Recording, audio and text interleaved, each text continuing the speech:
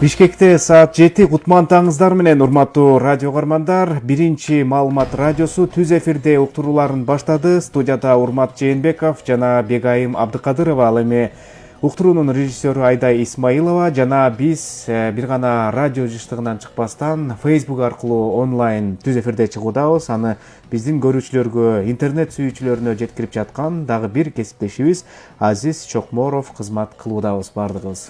Саламатсызбы кадырман угарман. Бүгүн биз 90 мүнөт аралыгында коомдо кызуу талкуу алынып жаткан өлкөнүн социалдык, саясий, экономикалык, маданий турмушунан алынган маанилүү темаларды эксперттер менен бирге талдайбыз. Эгерде таңкы бурулушта биз менен бурулам десеңиз, анда катарга кошулуңуз. Жакшы маалыматтар менен катарлаш эле бүгүнкү күндүн актуалдуу маселелерине дагы сар эсеп салууга аракет кылабыз. Албетте, урматтуу радио угуучулар, биз талкуулап жаткан темага өзүңүздүн ой пикириңизди кошом десеңиз, биз сизге шарт түзгөнбүз. Студиябызда 2 телефон иштеп жатканын эсиңиздерге салып өтөлү: 0312 39 21 90 жана уюлдук телефондон 0502 39 21 90 номерлерине байланышсаңыздар болот. Мындан сырткары биз жогоруда белгилеп өткөндөй эле Facebook аркылуу онлайн чыкканда ал жака дагы комментарийиңизди жазып калтырыңыз. Бегай, 2 күндүк эс алуу кандай болду сизде? Жакшы эле эс алуу болду. Ушул күндүн аптаптуу ысыгында сыртка чыгууга мүмкүн болгон жок. Ошондуктан баягы кожойкелер үй иш менен алек болот эмеспи? Дал ушул иштер менен деле алек болдум. Пайдалуу, сергитүүчү тамак аштарды жасаганга аракет кылдык. Анда бул жуманын эсебинен, өтүп кеткен жуманын эсебинен мыкты кожойке аталган турбайсызбы? Балким. Аны сиздин үйдөгү мүчөлөрдөн сураш керек экен, Ооба. Жакшы, бардыгыбыз үчүн жакшы эс алуу болду. Күндүн ысыгын гана эске албаганда биз 2 күн бою дем күч топтоп, мына ушул дүйшөмбүгө күчтүү жаңы дем менен келип отурабыз. Иш жумалыгыңыздардын башталышы менен деп жалпы угуучуларыбызды куттуктап өтөлү. Биз менен алдыдагы 90 мүнөт бою бирге болууга чакыралы. Анан күнүн ысыгы тууралуу дагы биздин угармандарга кулак салып коелу. Ушул жума 4-нөн 8-ине чейин катуу ысык күтүлөт деп атпайбы? Биз ушул адистерден кеңеш алалы деп атабыз да. Ушул аптаптуу ысыкта кандай сактануу керек, эмне кылсак болот? Мунун баары алдыңкы мүнөттөрдө. Ага чейин урматтуу өзүң соңку жаңылыктар менен тааныштырып өтсөң. Жакшы болот. Анда акыркы жаңылыктар топтому болсун кыргыз тилинде.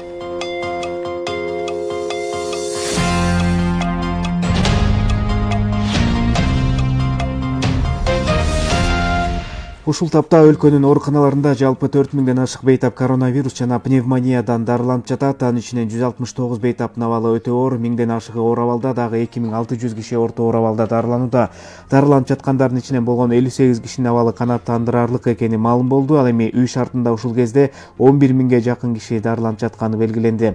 Белгилей кетсек, өлкөдө ковидтин 3-чү толкуну жүрүп жатат. 4-июлга карата илдеттин жаңы 1401 учуру катталып, бир күндө 10 киши каза болду. Ушун менен өлкөдө коронавирус жуктуруп катталгандардын саны 130.633 түзсө, андан көз жумгандар 2037 болду. Дарыгерлер оорунун күч алышы, жарандардын санитардык эрежелерди карманбай жатышы жана эмдөөдөн баш тартуусу себеп болууда дешүүдө.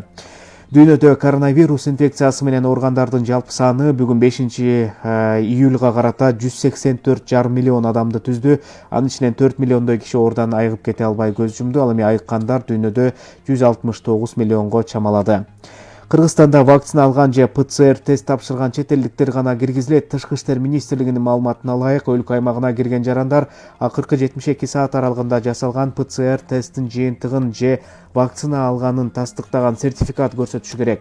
Бүгүнкү күндө Кыргызстанда 20 мамлекеттин сертификаты таанылат. Бул тизме эпидемиологиялык абалга жараша улам кеңейтиле берери айтылды.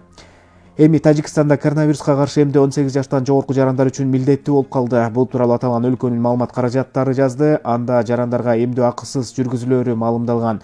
Ошондой эле Тажикстандын аймагына чет жактан келген жарандар тапшырган ПЦР тесттин жыйынтыгы терс болгонуна карабастан 10 күн карантинге милдеттүү түрдө алынат. Мындан тышкары ушул күндөрү коронавирустун жайылы коркунучу жогору болгондуктан өлкөнүн жарандары ар кандай коомдук иш-чараларды, үйлөн үлпөт тойлорун жана майрамдык салтанаттарды аз сандагы адамдар менен өткөрүүгө уруксаат берилген. Бишкек аймактык шайлоо комиссиясы биздин Кыргызстан саясий партиясына жазуу түрүндөгү эскертүү берди. Бул тууралуу БШКнын басма сөз кызматы кабарлады. Маалыматка таянсак, 3-июлда Бишкек аймактык шайлоо комиссиясы өзүнүн үгүт материалдарында башка мамлекеттин саясатчысынын сүрөтүн чагылдырган сүрөттү колдонгондугу үчүн аталган саясий партияга каршы арызды караган. Анда жергиликтүү кеңештин депутаттарын шайлоо жөнүндө мыйзамдын 28-беренесинин 2-бөлүгүнүн талаптарын бузгандыгы аныкталган. Кароонун жыйынтыгында аталган саясий партияга жазуу жүзүндө эскертүү берүү чечими кабыл алынды. Кыргызстандын электр тармагынын дээрлик бардык тилкелеринде оңдоп түзөө иштери аткарылууда. Улуттук энергия холдинг компаниясынын маалыматына ылайык, бул көзгү кышкы сезонго даярдык көрүүнүн алкагында жасалуучу иш-чаралар. Маалыматка караганда, адистер күн сайын жыгач мамыларды бетон мамыларга алмаштырып, кабелдерди жаңылап тоскоолдук жараткан бутактарды кыйып жатат. Ал арада бүгүн 4-июлда Бишкектин борборунда электр жарыгы өчүрүлөт. Бул тууралуу түндүк электр ишканасынан кабарлады. Маалыматка караганда, бүгүн саат 9-дан кечки 6-га чейин Фрунзе, Разаков, Жумабек жана Эркиндик проспектисиндеги көчөлөрдүн бөлүктөрүндө электр энергиясын берүү чектелет. Бул ремонт иштерине байланыштуу экенин ишканадан эскертти. Чет элдик кабарлардан Филиппинде кырсыкка учураган аскердик учактын ичиндеги 92 адамдын ичинен кеминде 29-у каза болду. Бул тууралуу чет элдик маалымат каражаттары жазды. Андагы маалыматта дагы 40 адам жаракат алган. Анда алдын ала алынган маалыматтарга караганда, кырсыктан 50 киши куткарылып, 17си дайынсыз болуп жатканы айтылууда. С-130 учагы Сулу провинциясындагы Холу аралына конууга аракет кылып жатып кулап түшкөн. Филиппиндин куралдуу күчтөрүнүн башкы штабынын башчысы генерал Сирилета Сабеханын айтымында, учак учуп конуу тилкесине жеткен эмес, учурда издөө иш-чаралары улантылып жатат. Талибан кыймылы менен болгон кагылышууга туруштук бере албай артка чегинген 300дөй афган аскери коңшу Тажикстанга өттү. Бул тууралуу Тажикстандын чек ара кызматына таянуу менен жергиликтүү басылмалар жазды. Афганистанда акыркы бир нече айдын ичинде көптөгөн аймактар Талибан кыймылынын колуна өткөн. Акыркы 2-3 күндө эле бул өлкөдөгү өкмөттүк күчтөр 15 райондон чыгып кетүүгө аргасыз болгон. Ал эми 22-июнда Талибан кыймылы Тажикстан менен Афганистандын чек арасындагы Шерхан Бандар аттуу бажы өткөрмө пунктун басып алган. 1-майда АКШ баштаган чет элдик аскерлер Афганистандан чыгып кете баштагандан кийин Талибан согушкерлери өкмөттүк күчтөргө каршы айыгышкан күрөштү улантууда. Спорт жаңылыктары. Аял Лазарев быйыл жайында өтө турган Токио 2020 жайкы Олимпиада оюндарына жолдомо утту. Бул тууралуу Күрөш федерациясы билдирди. Маалыматка караганда, май айында София шаарында өткөн Олимпиада оюндарына тандап алуу боюнча дүйнөлүк лицензиялык турнирде Лазарев жеңилип калган индиялык Сумит Малик аттуу балбандан допинг аныкталган. Мындан улам дүйнөлүк күрөш уюму аны жолдомосунан ажыраткан. Жолдомо автоматтык түрдө кыргыз балбанына берилет. Бул менен Аял Лазарев кыргыз курамасынын карамагына 17-чи жолдомону алып келди. Ал арада 18-чи жолдомону Кыргызстандын жеңил атлетика боюнча курама командасынын мүчөсү Нурсултан Кеңешбеков алды. Японияда өтө турган оюндарда Кеңешбеков 5000 метр аралыкта ат салышары маалым болду. Буга чейин эсиңиздерге сала кетсек, Айсулуу Тыныбекова, Айпери Медет кызы Мерим Жуманазарова, Атабек Азизбеков, Жоломан Шаршембеков, Акжол Махмудов, Үзүр Жусупбеков, Эрназар Акматалиев, Аял Лазарев, Владимир Зулоев, Дарья Маслова, Юлия Андреева, Мария Карабицкая, Роман Петров, Бактыөлөт Расулбеков, Каныке Кубанычбекова жана Денис Петрашовдор жолдомого ээ болгон. Эми жаңылыктар соңунда аба ырайы тууралуу маалымат менен таанышабыз. Улуттук банктын билдирүүсүнө ылайык доллардын курсу 84 сом 78 тыйын, евро 100 сом 27 тыйын, рубль 1 сом 15 тыйын болууда, теңгенин курсу 19 тыйынды түздү. Синоптиктердин берген маалыматына караганда 8-июлга чейин өлкөдө ченемден тышкары ысык аба ырайы болот. Бул тууралуу өзгөчө Кырдаалдар министрлиги эскертүүдө. Маалыматка ылайык 6-июлга чейин абанын күндүзгү температурасы Чүй, Ош, Жалал Абад, Баткен областарынын өрөөндөрүндө 38-40 градуска чейин, Талас өрөөнүндө 36-38 градуска чейин жогорулашы. Ал эми 7-8-июлда Чүй, Ош, Жалал Абад, Баткен областарынын өрөөндөрүндө 39-41 градуска чейин, ал эми Таласта 39 градуска чейин жогорулашы күтүлөт. Мындай ысык аба ырайында ачык күндүн астында көпкө жүрүү сунушталбайт. Министрлик жарандарды сак болууга чакырат. Ал эми бүгүн 4-июлда Талас, Ысык көл, Нарын областарынын айрым райондорунда, Жалал Абад, Чүй областарынын тоо этектеринде жана тоолуу райондорунда, Ош, Баткен областарынын тоолуу райондорунда өткүнөтүп күн күркүрөйт. Абанын температурасы бүгүн Чүй областында 35-40 градуска чейин ысык болот. Ушундай эле аба ырайы Баткен, Ош, Жалал Абад областарында болот. Талас областында 33-38 градус ысыйт. Бүгүн Ысык көл областында 26-31 градуска чейин ысык болот. Нарын областында 27-32 градус жогору. Бишкек шаарында бүгүн 5 июлда жаан-чачын болбойт. Абанын температурасы 39 градуска чейин ысык болот. Ал эми Чолпон Ата шаарында бүгүн 27 градуска чейин ысык болору күтүлүүдө. Кадырман угармандар, сиздер биринчи радионун толкунунда таңкы бурулуш программасын көрүп жатасыздар. Биз болсо 3 бурулушубуз бар. Алардын алгачкыларындагы темаларды дагы атап өтөйүн. Жогоруда мен кесиптешим Урмат айткандай эле, ушул 4-нөн 8-ине чейин күн адаттагыдан да тыш ысый турганы белгилүү болду. Бул температура, күндүзгү температурасы 40 градуска чейин көтөрүлүшү мүмкүн экен. Мына ушул тууралуу кенен маалыматты жана күндүн ысышынан, аптаптуу ысыктан кантип сакталуу керек, ушул тууралуу дагы кеңештерди алабыз. Экинчиси болсо, бизде мына дүйнөдө ушул ковид илдети күчөп турган чакта сөзсүз түрдө биз вакцина алышыбыз керек. Андан сырткары биз ушул акыркы күндөрү дагы эксперттер айткандай эле 1,5–2 чукулдап кетпедиби? Буга карата дагы ПЦР анализдерин тапшыргандар көп болуп атат. Негизи кайсыл учурда вакциналарды алыш керек, кандай учурда албаш керек, же болбосо ушул зарылдык барбы? Мына ушул тууралуу дагы кенен маалымат алып беребиз. Анан бизде ушул мына жай саратанда туризм дагы өнүгүп жаткан чагы, туристтердин келүү агымы дагы көп. Анан туристтерге дагы бизде кандай шарттар түзүлгөн? Ушул тууралуу дагы кенен маалыматтарды алабыз. Анан биздин кыргызстандыктар дагы четке, сыртка чыгууда кандай эрежелерди сакташ керек? Пандемия маалында ушул туризм канчалык деңгээлде ушул адамды ушул кырдаалдан коргоонго даярбы? Ушул тууралуу дагы кенен маалымат алабыз. Мына биз бүгүн 3 теманы талкуулаган турабыз. Эгерде сиз кызыктар болсоңуз, сөзсүз түрдө байланышка чыгыңыз. Ал үчүн 0502 39 21 90, ошондой эле 0312 39 21 90. Мындан сырткары Facebook социалдык баракчабызда дагы комментарий калтырып, суроолорду адистерден алсаңыз, жоопторду алсаңыз болот. Суроолорду берип, жоопторду алсаңыз болот. Ооба, Бегайым, туура айтасыз. Биз алдыдагы 90 мүнөт аралыгында талкуулай турган тема тууралуу кыскача угуучуларыбызга анонс берип өттүк. Эми угармандарыбыз демек кызыккан болсо, суроолорун сөзсүз түрдө берип, адистен жооп алууга аракет жашайт. Азыр болсо мындай кылалы, Бегай, биздин өлкөдө жана дүйнө жүзүндө кандай орчундуу жаңылыктар болуп атат? Ошолор тууралуу мындай кыска маалымат берип өтсөк кандай болот? Сонун болот. Мына пандемия демекчи, ушул пандемияны улай эле пандемия маалында жашоого ыңгайлуу мамлекеттер аталган экен.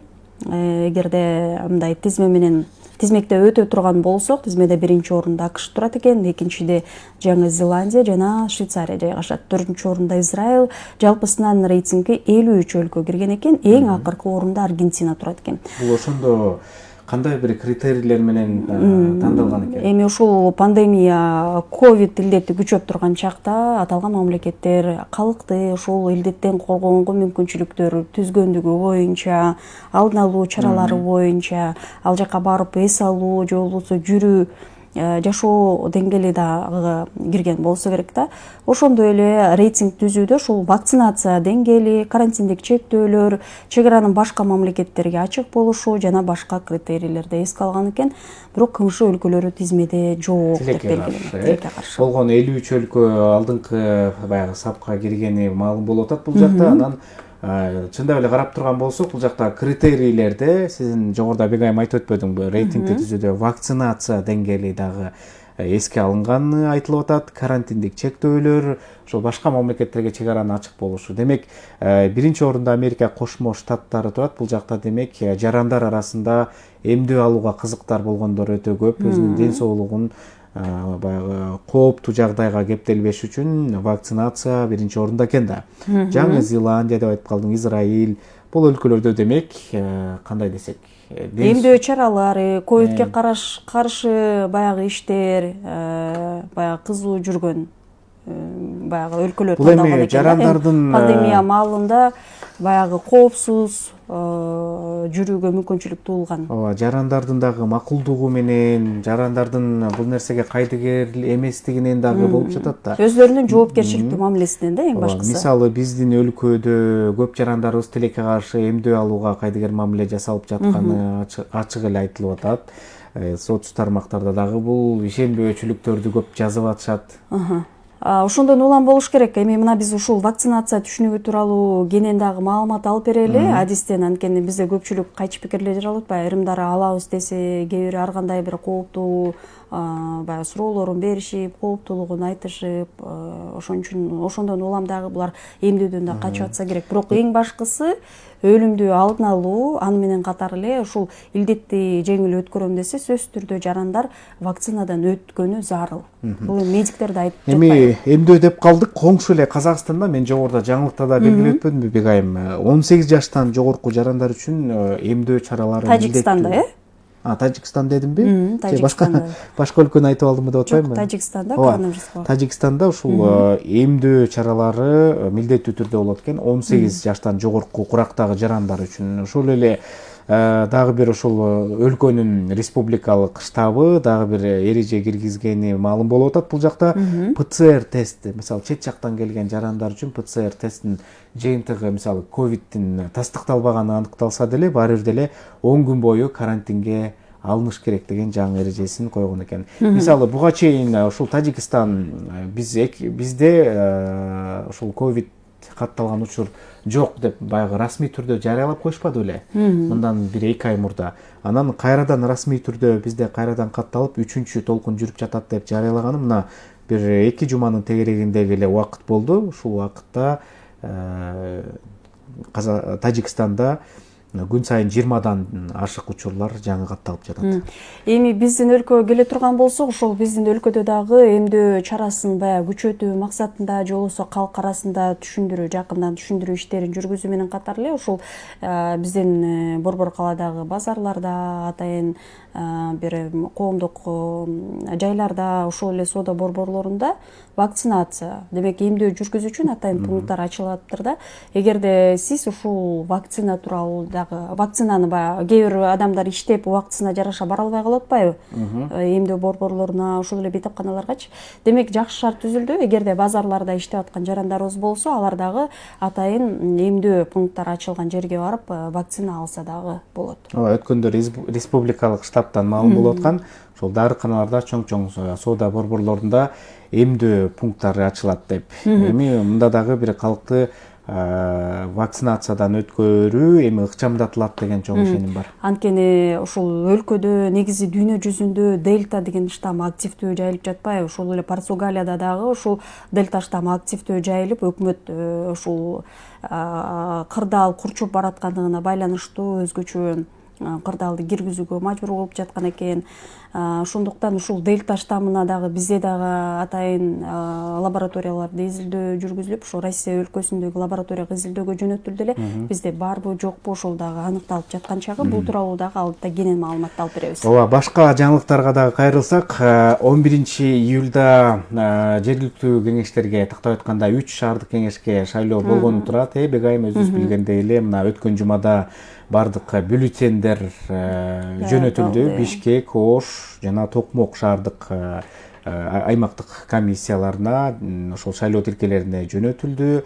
Анан жогорку кеңеш дагы өткөн жумада ушул борбордук шайлоо комиссиясынын мүчөлөрүн бекиткен болчу. Андан кийин ушул комиссиянын өзүнүн жыйыны болуп, курамы жана ушул төрагасы, төрайымы бекитилди. Кайрадан эле Нуржан Шайылдабекова борбордук шайлоо комиссиясынын төрайымы болуп шайланды. Биз өткөнкү таңкы бурулушта айтканбыз, мына 11-июлда ушул шайлоону жаңы мүчөлөр өткөрөт, жаңы курам өткөрөт деп белгилегенбиз. Эми мына жаңы курам кайрадан Нуржан айым башында турган курам шайлоону өткөрүү алдында турат. Ал эми орун басарлары дагы бул жакта алмашылганы маалым болгон. Тынчтык Шайназаров борбордук шайлоо комиссиясынын төрагасынын орун басары болуп дайындалган. Жакшы, ал эми учурда болсо ошо талапкерлер Бишкек, Токмок, Ош шаарында партиялар арасында үгүт иштери жүрүп жатат. Айрым партияларга дагы шайлоо комиссиясы тарабынан эскертүү берилген экен. Аларды дагы сөзсүз түрдө эсепке же болбосо эске алынат болуш керек. Дагы бир орчундуу жаңылык болуп турган, бул биздин мектеп бүтүрүүчүлөр үчүн мына 12-июлдан баштап жогорку окуу жайларга кабыл алуу онлайн башталып атат. Азыр дагы канча бир жумадай убакыт бар экен бүтүрүүчүлөргө ушул өзүнүн аныктап алыш, үй бүлөсү менен, ата энеси менен кеңешип, кайсы кесиптин ээси болом деп мисалы көбүнчө мурда канча бир жыл мурда ата энеси кайсы кесипти аркаласа кызы же уулу да ошол кесипти аркалаган бир тенденция бар болчу бирок азыр болсо андай болбой калды. Анткени азыркы жаштар башкача, алардын көз карашы такыр эле башкача. Көбүн эсе мисалы бүгүнкү күндө IT тармагы өнүгүп атпайбы? Анан өткөн аптада президент дагы алтын сертификаттарды тапшырып жатты. Анан ошондо дагы 50дөн ашык мына биздин бүтүрүүчүлөрүбүз ушундай жакшы алтын сертификат. Эми бул деген кандай гана сонун да? Өзү каалаган жогорку окуу жайларга тапшырууга мүмкүнчүлүк туулду. Демек IT тармагы болобу, башка тармак өзү каалап баягы тапшырып алса болот. Ал эми анын арасында эң жогорку балл алган жайдар Караколдук ал болсо ушул Гонконгдогу белгилүү бир университеттерге тапшырган экен. Мына демек ошондо кандай окуп атат Бегай? Бүгүнкү күндө студент десек да болот болуш керек. Мисалы ошол Гонконгко тапшырды да, ал алтын сертификаты жок эле өтүп кете ал жака же анын да бир таасири барбы алтын сертификат? Ошонун таасири бардан улам да. Демек алар Кыргызстандагы эң жогорку же эң мыкты окуучу деп таап анан өзүнүн окуу жайына кабыл алып атат да. Ошондой. Демек биздин алдыңкы келечектеги муунга дагы бул кандайдыр бир стимул болду. Кийин эгерде сыртта окуйм, четте окуйм десе сөзсүз түрдө бир жакшы окуп, өзүнүн баягы билимин түптөп, жакшы тажрыйба топтоп, билим дагы бир кандайдыр бир деңгээлде роль ойнойт экенин эсибизге алып калдык да. Мына ушундай биз орчундуу жаңылыктарга гана токтолдук. Ал эми урматтуу радио каармандар, жаңылыктардын ар бирин сиздер биринчи радионун КТРК KG сайтындагы бөлүмүнөн тааныша аласыздар. Мына сырткары биринчи радионун өзүнүн расмий баракчалары бар. Бул Facebook'та, Instagram'да жана Telegram'да. Ал жактан дагы жаңылыктардан саат сайын, мүнөт сайын кабардар болуп туруңуздар. Анда биз биринчи бурулушту жасайлыбы? Бурулушту жасайлы. Мына буга чейин өзгөчө кырдаалдар министрлиги айтпадыбы? Кыргызстанда 4-июлдан 8-июлга чейин чектен ашкан ысык аба ырайы күтүлүүдө депчи. Эми мындай өзгөчө биздин баягы кар адамдарыбыз бир жабыркап калуу коркунучунда турбайбы? Башына күн өткөрүп же болбосо ар кандай ооруларын козгопчу. Биз ушул адистен маалымат алалы. Бизде байланышта номер 2 үй бүлөлүк дарыгерлер борборунун башкы дарыгери Чолпон Белекова айым турат. Саламатсызбы, Чолпон айым? Саламатчылык. Кутман-таңыңыз менен. Рахмат. Мына жогоруда айтып өттүк, ушул өзгөчө кырдаалдар министрлиги ушул Кыргызстанда 4-нөн 8-ине чейин өзгөчө аба ырайы күтүлөт дейт. Анын ичинде Бишкекте ала турган болсок 38-40 андан да ашык болушу мүмкүн дейт. Талас өрөөнүндө 36-38. Кечиресиңер, бирок мага жакшы угулбай айтат окуйт. Атыраак айтат. Чолпон айым, мына өзгөчө кырдаалдар министрлиги эскертип жатат. 8-июлга чейин өлкөдө аномалдуу ысык аба ырайы күтүлүп жатат. Сак болуш керек, өзгөчө улгайган адамдар, өнөкөт оорулар бар адамдарга дагы кооптуу болот депчи. Анан мындай ченемден тышкары ысык аба ырайында жарандар эмнелерди эске алышы керек, кантип сактанышы керек, мындай маанилүү, маңыздуу жерлерин айтып өтсөңүз. Сурооңорду түшүнүктүү. Эми азыр чын эле күн ысып атат, күн ысып баштады. Июлдун так башында дегенде анан эми элге айтар элем, күн өтөт деп кыргызча айтат, ошондой элдерге таасир этет бул күндүн ысыгычы. Анан элдерге айтат элем, күн өткөндүн биринчи баягы белгилери десем болот да, баягы эшикте көп жүрүп калса ысык өтүп кетсе, денеге баш ооруйт адамдыкы, алы кетет, суу ичкиси келет, оозу кууругайт, жүрөгү айланат, кусуусу келет. Ошондой жаман белгилер берсе, ошондой эмне кылыш керек? Адамды ошондой же жакында бирөө сезип калса, же өзү сезип калса, негизи көлөкө жака барыш керек, же алып барыш керек ошол кишини. Жакалары анан куру болсо, ошону бошотуш керек, аба киргизиш керек да, дем алып жатыш керек. Анан колдо эмне бар болсо, бет арчы болсо, же башка да бир нерсе болсо, ошону суулай өтүрүп чекесине коюш керек, же чоң кан тамырлары өткөн жака мындай коюп коюш керек да, муздатыпчы, бетине муздак чачып эс алдырыш керек. Анан суу болсо суу бере коюш керек. Анан тез жардам чакырып кишиге жардам бериш керек. Чолпон айым, негизи мына күн ысыкта ушул денеге дагы бир башкача кененирээк дем ала турган кийимдерди кийиш керекпи? Негизи кээ бир учурларда биз баягы ыңгайсыздагы кийимдерди кийип алып, алда бир ысык. Кийимдин ролу кандай ушул ысыктан сактанууда? Анан эми ооба эми биринчиден адамдарга мындай азыр ысыкта суранат элем саат 11ден 4кө чейин эшикке чыкпастычы же чыкса да батыраак иштерин бүтүп эле кайра келиш керек. Эми өзгөчө кичинекей балдарга анан картаң кишилерге алардын кичине денеси башкача иштейт немелерден караганда, чоң кишилерден караганда. Терморегуляция деп коет, ошонусу начар иштегенинен алардыкы тер чыкпай, жакшы чыкпай, анан тер чыкканда тердин кишинин тер муздатат дейт. Ошол процесс жүрбөй калып, ошон үчүн булардыкы көбүрөөк ысык өтүп калышы мүмкүн да. Ошон үчүн биринчиден ак кийиниш керек, жеңил кийиниш керек, бошураак кийинип, анан натуральный кездемелерден кийим болотной же жана пахта кийимдерди кийген жакшы болот да. Дем алып туруш керек. Анан синтетикалык кийимдерди кийбегенге суранат элем. Өтө оронуп жанагы жүргөндөрдү анан жеңилирээк кийингенди суранам. Анан кийин ар дайым суу көтөрүп туруш керек, жанына суу ичип туруш керек өзү организм. Мындай күндөрдө эле жакын ысык таратан күндөрдө өзгөчө көбүрөөк суу ичип, анан өтө катуу эмгектенгенди суранбайт элем. Узак убакыт анан дагы. Ошол тердеп киши ошону да көп жоготуп коет сууну, анан алы кетип жанагыдай ысык оору пайда болот да. Бул жана кара жумушта иштеген жөнүндө айтып атасыз, күч жумшап, кара жумуш иштегендерге кичине оорураак болот кудем да. Алар иштеп, тыныгуу менен иштеп туруш керек да, улам суу ичип тыныгып иштегенге айтат элем да. Анан Чолпон айым дагы мисалы тамак ичүү дагы бир маанилүү болуш керек. Анан тамакка мындай тамактын рациону күн ысыкта бир кандай болуш керек? Ушул тууралуу да маалымат берсеңиз. Туура. Тамакка деле чын эле маани бербейт, бирок чын эле ушундай ысык күнү өтө күчтүү, өтө майлуу, куурулуу улам тамактарды бербейт элем максат. Агараганда жеңилирээк, сорпо, жеңилирээк бүт тамак аштарды сунуштайт элем. Анан азыркы жер жемиштерди көбүрөөк жешти суранам. Аякта суу көп. Клетчатка, ошонун баары жардам берет организмге дагы. Жеңил жүрүшүнө. Мисалы айрым жарандарыбыз жанагындай муздаткычка сууну салып коюп муздатып анан ичип атпайбы? Бул дагы бир кооптуу болуш керек азыр, Муз болгон сууларды ичүү канчалык кооптуу? Ооба, өтө муздатыштын суунун кереги жок.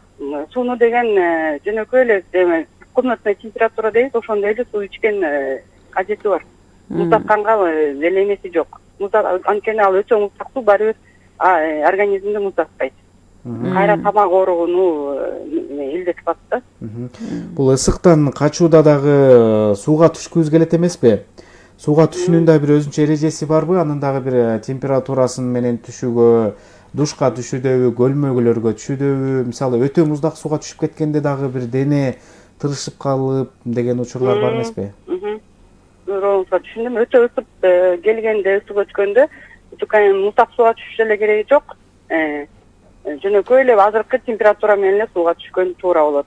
Муздак сууга түшкөн эле рекомендация берилбейт. Андан кийин жанагы кийинки сурооңузду бере бериңизби? Баягы өтө чыйрыгып калуу дагы ушул оорулардын козгоочу болуп калышы дагы мүмкүнбү? Мисалы, ушул тамак ооруп калуу, же болбосо баягы чыйрыгып калуу дагы ушул азыр жүрүп атпайбы пандемия? Ковид илдетин козгоп коюшу да толук мүмкүн, Туура. Өтө чыйрып кандай эми ал башкача температурасын өлчөп турганга сунуштайт. Бирок өтө муздак сууга түшкөнгө болбойт, өтө муздак суу ичкенге да болбойт деп айтам. Бирок чыйрыкканда обязательно дарыгерге барып, же телефон аркылуу байланышка чыгып консультация алсын. Сизге ыраазычылык билдиребиз, Чолпон айым. Ийгилик каалайбыз. Атайын кеңешиңиз үчүн ыраазычылыктарды айталы.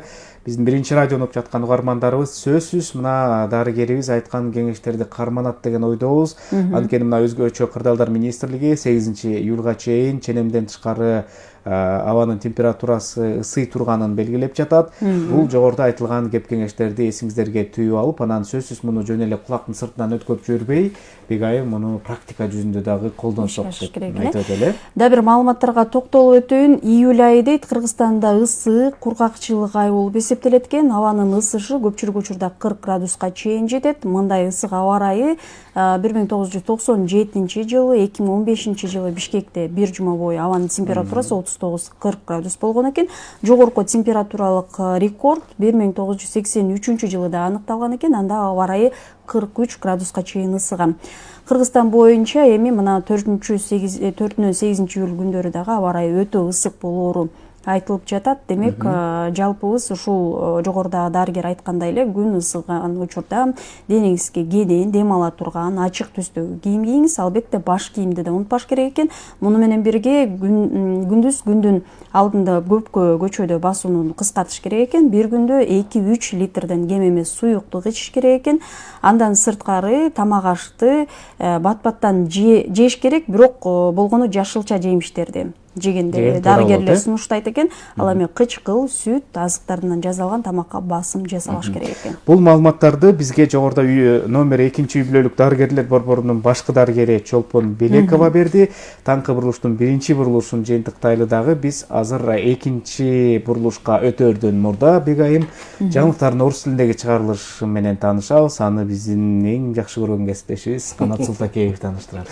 Да, спасибо, конечно, Роман, за такие теплые слова, особенно жаркие, скажем так, слова, потому что слово «жара» сейчас, наверное, является синонимом ко всем словам, которые происходят в нашей жизни, по крайней мере, на этой начинающей неделе. Рад вас всех видеть. Имеется в виду вас, Урмат, вас, Бегаим. И, конечно же, да, слушаю вас. Сизге суроо берсе болобу? Конечно, ысыктан всегда. кантип сактанасыз? Сиз көчө ысык болду дедиңиз, демек сыртка чыккан жоксуз. Да, вчера у нас очень было жарко, действительно, даже выйдя на балкон, уже чувствовалась очень аномальная жара, и даже продукты-то заканчиваются, Бегаим, надо же кому-то в магазин пойти, и вот вытягивали жребий, кто пойдет в магазин. Но в итоге, конечно, я выиграл, но в итоге я и пошел в магазин, потому что, ну как я своих домочадцев заставлю в такую жаркую погоду пойти в магазин короткими перебежками, под тенечками, быстренько добежал, докупил, пришел, все. Ну и, конечно же, да, если по поводу вот еды, да, конечно, питания, конечно, рекомендуется в такую погоду есть холодные супы, например, как окрошка, да, вот ашлямфу, да, особенно в субботу ашлямфу, а потом еще что еще у нас есть из холодных? Ну, у нас еще из холодных есть кукси. Не те кукси, которые продаются в брикетах, а вот именно правильно приготовленная кукси, она тоже, да, она тоже относится к холодным блюдам. Ну и, конечно же, молочные продукты. Дома сидеть под кондиционером и никуда не выходить. Канатанда кандай жаңылыктарыңыз бар, бөлүшүңүз? Да, он подготовил я новости. Конечно же, хочется, чтобы в каждый понедельник, сначала каждой недели были хорошие новости. Вот я их и приготовил для всех вас.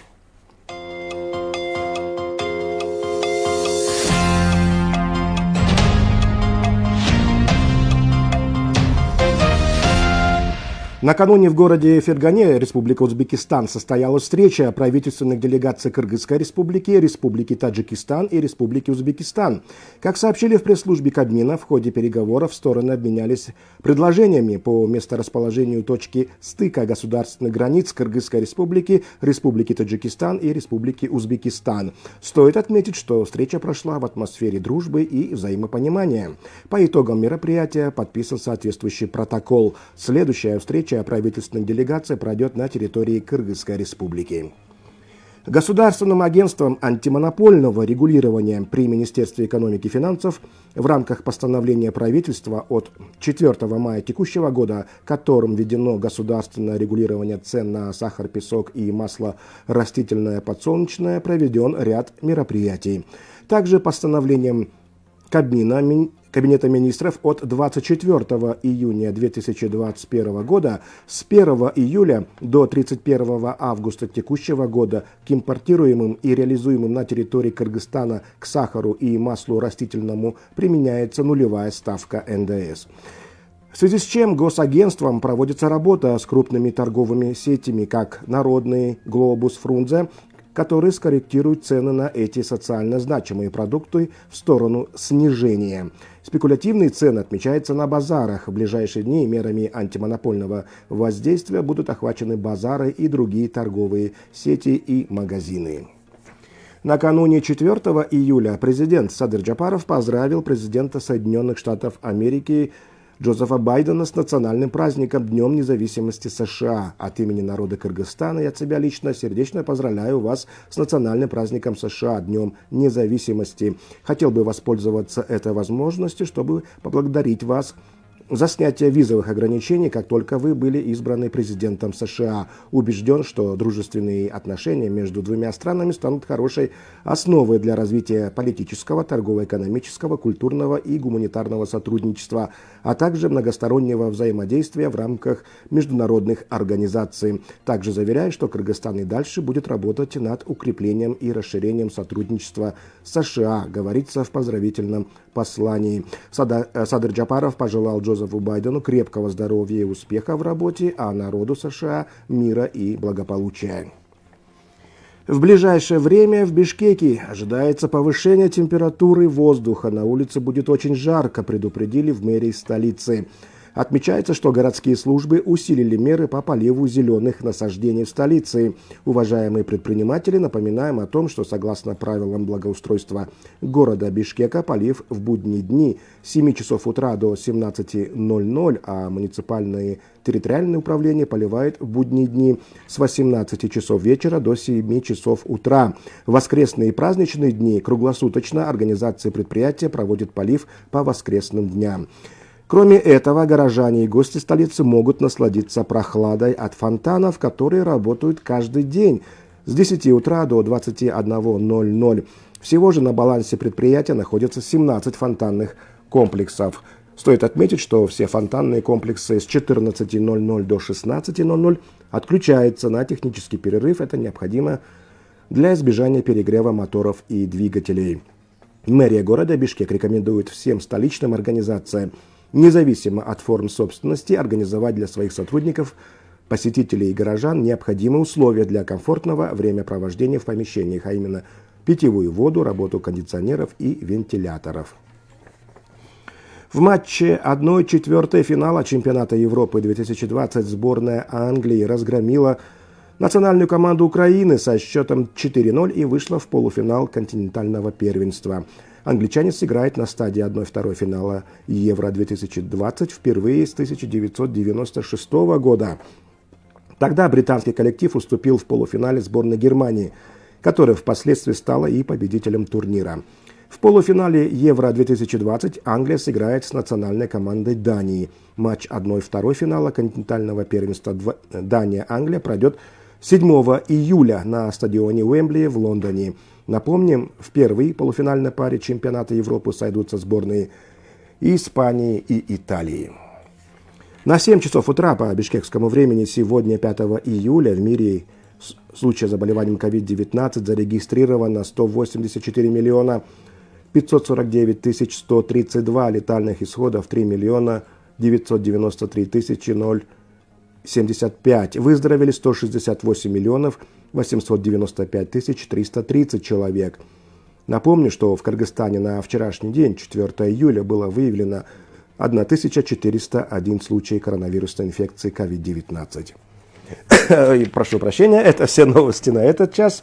Далее о погоде на сегодня. Сегодня, 5 июля, днем в отдельных районах Таласской, Сыкульской, Нарынской областей, в предгорных и горных районах Чуйской, Ошской, Джалабадской областей, в горных районах Баткенской области кратковременные дожди, грозы в долинной зоне Чуйской, Ошской, Джалабадской областей и в зоне Баткенской области без осадков. Ветер переменных направлений 3,8 метров в секунду. Температура воздуха в Чуйской области плюс 35-40, в Таласской области плюс 32-37, в Баткенской, Ошской, Джалабадской области плюс 35-40, в Исыкульской, Нарынской области плюс 26-31. В Чолпоноте сегодня без осадков, ветер западный 4,9 метров в секунду. Температура воздуха днем в Чолпоноте сегодня плюс 27-29.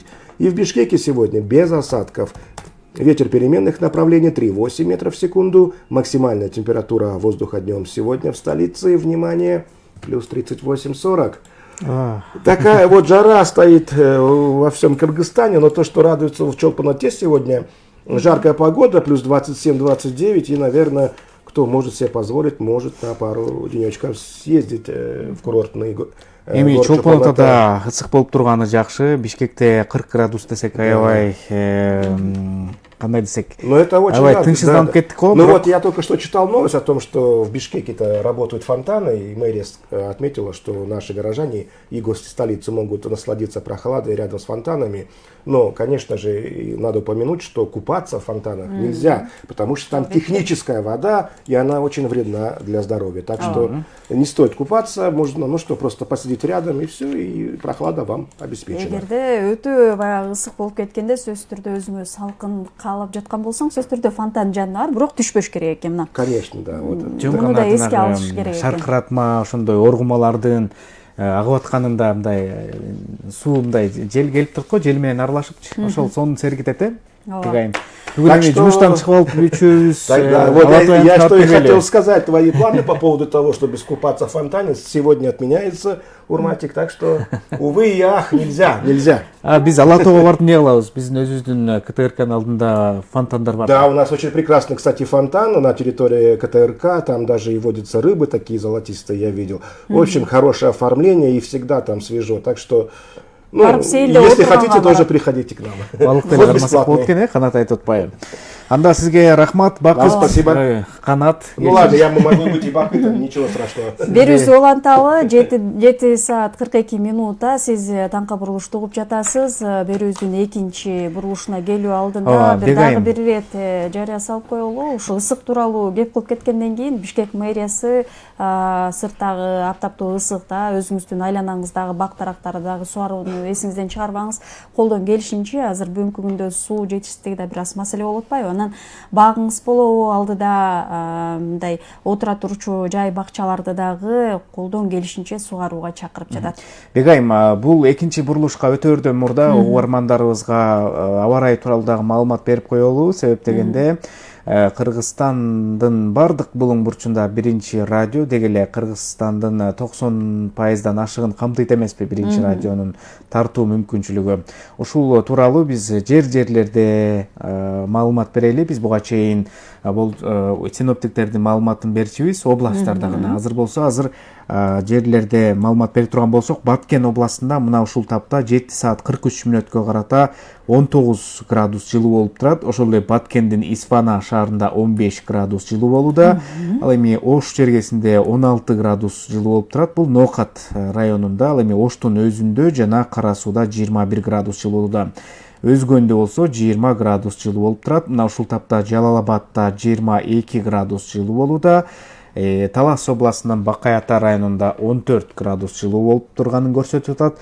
Ал эми Нарын жергесинде Ат башыда 10 градус жылуу болуп турат. Ал эми Нарындын өзүндө жана Баетовто 12 градус, Чаекте 11 градус жылуу болууда. Ысык көл областынын борбору болгон Каракол шаарында 13 градус жылуу болсо, Балбай айылында 12 градус болсо, Кызыл Сууда 15 градус жылуу. Чоң Кеминдин Шабдан айылында 15 градус жылуу болуп турат. Мына ушул тапта Суу Самырда 4 градус жылуу болсо, ушул кезде Төө Ашууда 5 градус жылуу болуп турат. Ал эми Ысык Ата районунда 16 градус жылуу болууда. Ошондой эле Бишкек шаарында азыркы тапта 22 градус жылуу болуп турганын көрсөтүп атат. Бул ушул учурга карата аба ырайы. Ал эми валюта рыногунда кандай аба ырайы болуп атат? Бул тууралуу дагы биздин жарандарга маалымат берип коелу. Бул өзгөчө баягы акча менен иштегендерге же болбосо алыстан жакыны акча салып аткандар үчүн өтө маанилүү десек болот. Жоксо биздин ошол эле туристтер үчүн дагы керектүү маалымат экен. Улуттук банктын сайтын ачып олтурам. Бул жакта расмий валюталардын курсу, доллардын курсу 84 сом 78 тыйын болсо, евро 100 сом 27 тыйын, рубль 1 сом 15 тыйын болсо, теңгенин курсу 19 тыйын болууда. Ушундай. Берүүбүздү уланталык. Буга чейин ушул пандемия тууралуу дагы, ковид илдети тууралуу дагы көбүрөөк маалымат бербедикпи? Анан жогоруда айтып өткөндөй эле ушул Бишкек мэриясы кошумча эмдөө түйүндөрүн ачып атыптыр. Ошол эле мына коомдук жайлар болгон Космопарк, Ташырабад, Балдар дүйнөсү, Чынар Соода оюн зоок жайларында жана Семетей мектебинде дагы жалпысынан 9 эмдөө түйүнү уюштурулат экен. Мындан тышкары Борбор калаада баштагыдай эле 118 ыкчам кеңеш берүү кызматынын саны дагы көбөйтүлөт экен. Учурда шаардагы 4 медициналык мекеме, 12 линия иштеп жаткан болсо, жакынкы күндөрү 20га чейин жеткирилерин шаардык саламаттык сактоо департаменти маалымдап жатат. Мындан сырткары ушул ковидтин мына күндүн ысыгы, аптаптуу ысыгында күчөп жатпайбы? Буга байланыштуу ушул COVID-19 боюнча онлайн кеңеш бере турган пульмонолог дарыгерлердин дагы тобу түзүлгөн экен. Бул боюнча ушул саламаттыкты сактоо министрлигинен билдиришти. Атайын номерлери дагы ушул башкы пульмонолог Талант Сооронбаев массалык маалымат каражаттарына дагы таратты. Ал жактан дагы эгерде сиз акыбалыңыз начар болсо, сөзсүз түрдө атайын берилген номерлерге чалсаңыз болот экен.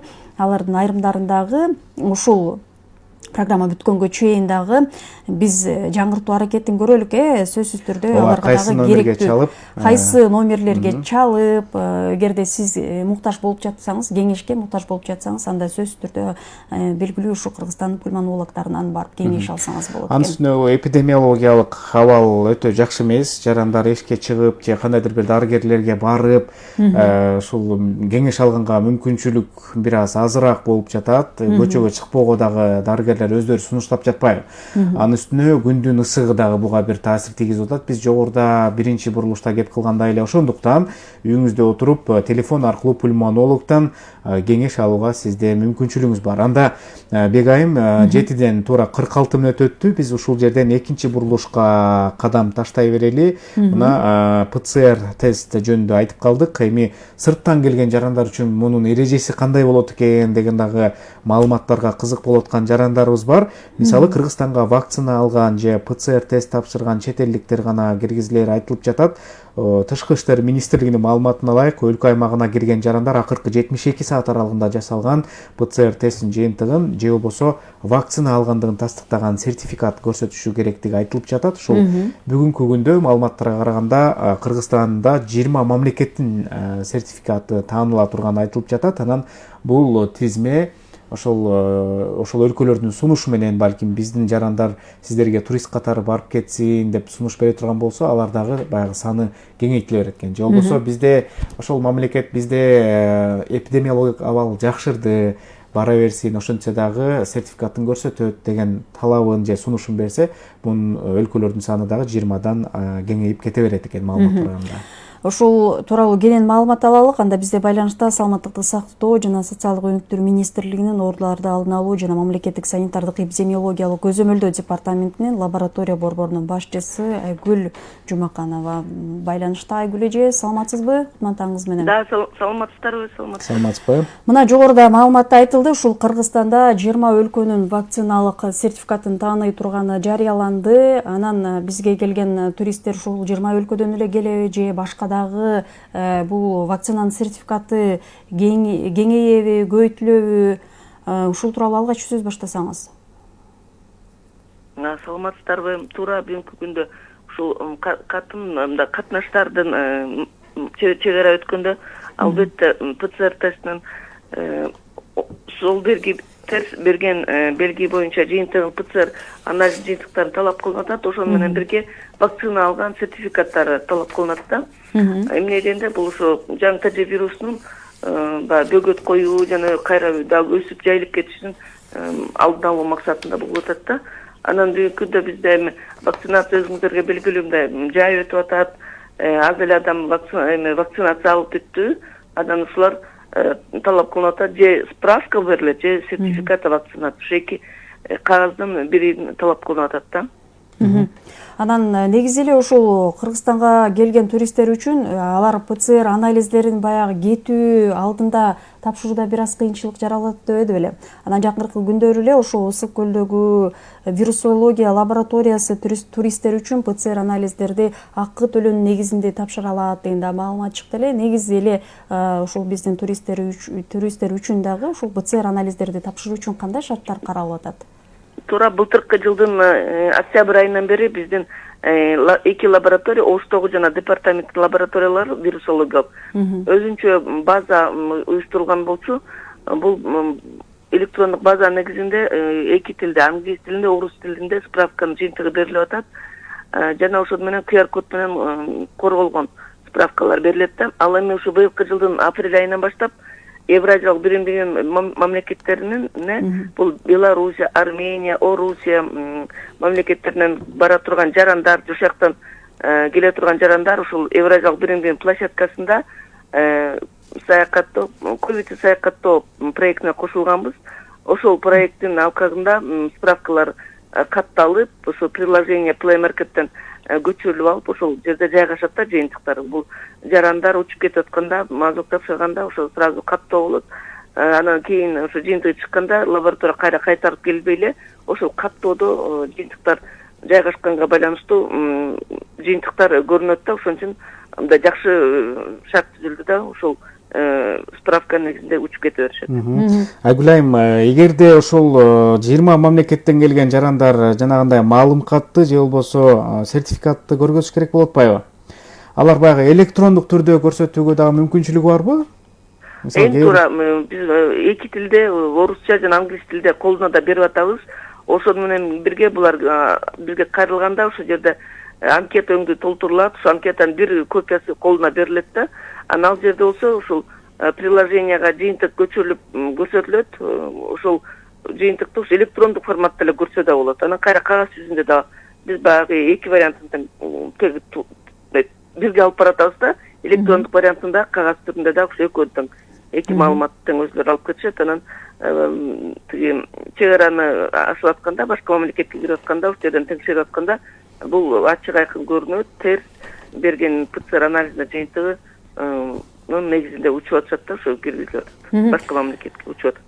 Айгүл айым, бизде ошондой эле бияка Кыргызстанга келип атканда дагы алар өздөрүнүн келип аткан мамлекетиндеги ошо терс көрсөткөн справкаларын көрсөтүп анан кирип атышат да.